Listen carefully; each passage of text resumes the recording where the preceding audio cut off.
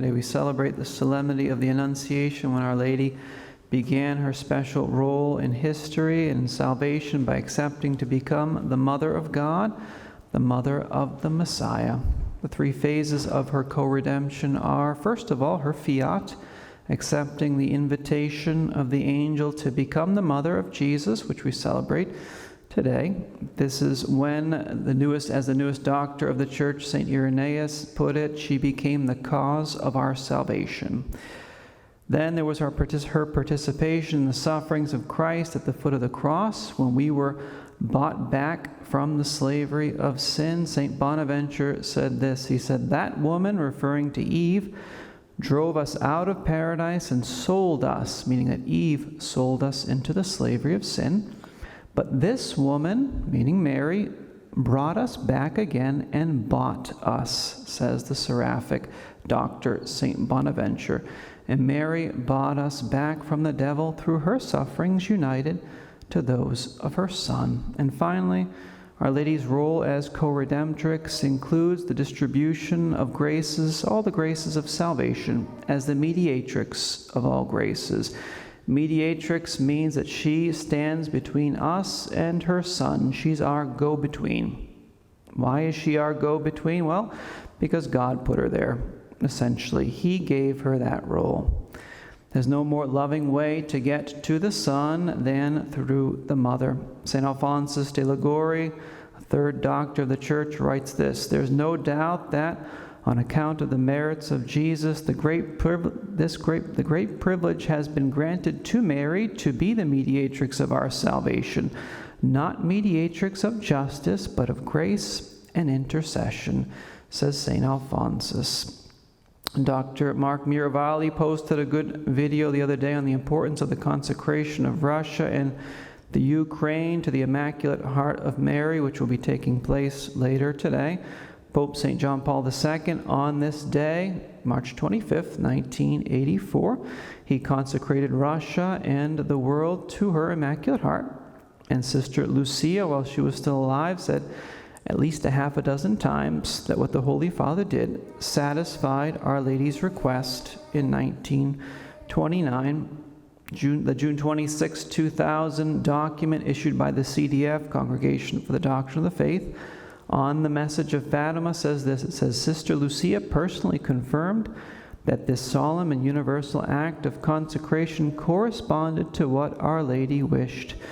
Yes, it has been done just as Our Lady asked," wrote Sister Lucia in a letter dated November 8, 1989. "Hence, any further discussion or request is without basis," says the CDF, meaning that any doubt of the consecration that was done by the Holy Father in 1984 has no foundation in the eyes of the Church. So why is the consecration, or we should say maybe reconsecration, of these two countries to Mary by Pope Francis and the bishops of the world in union with him, why is it so important? Well, because it's another public acknowledgement that Mary is the mediatrix of all graces and spiritual mother of all peoples. Publicly acknowledging who Our Lady is and what she does and what her continued mission is, it actually frees her to more fully exercise her power of intercession. God doesn't force his mother upon us. He wants us to choose to freely acknowledge her and freely give ourselves to her. Mary's all-powerful in the order of grace and intercession because her Son again has given her that role, and every new public acknowledgement of that gives her an opportunity to exercise her power more fully. So why is it important that the Pope himself do this consecration? Well, simply because as Supreme Pontiff, he has spiritual jurisdiction over the whole world.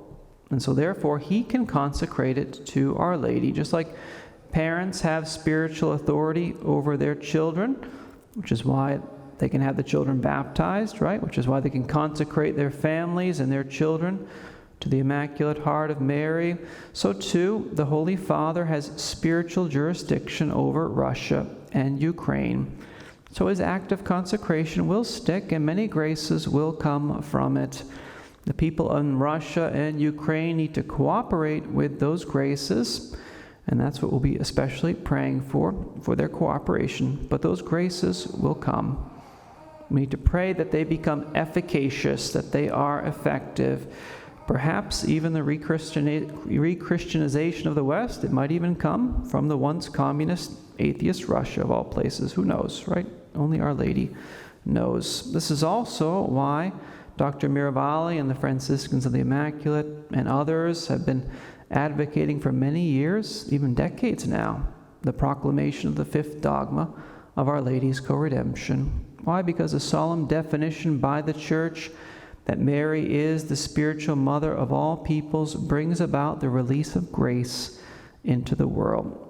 So the proclamation of the fifth dogma is considered a key aspect to the triumph of the Immaculate Heart of Mary. It's not just a simple theological exercise or debate. So if we want peace in the world, the best way to do that is to publicly acknowledge and honor Our Lady for who she is.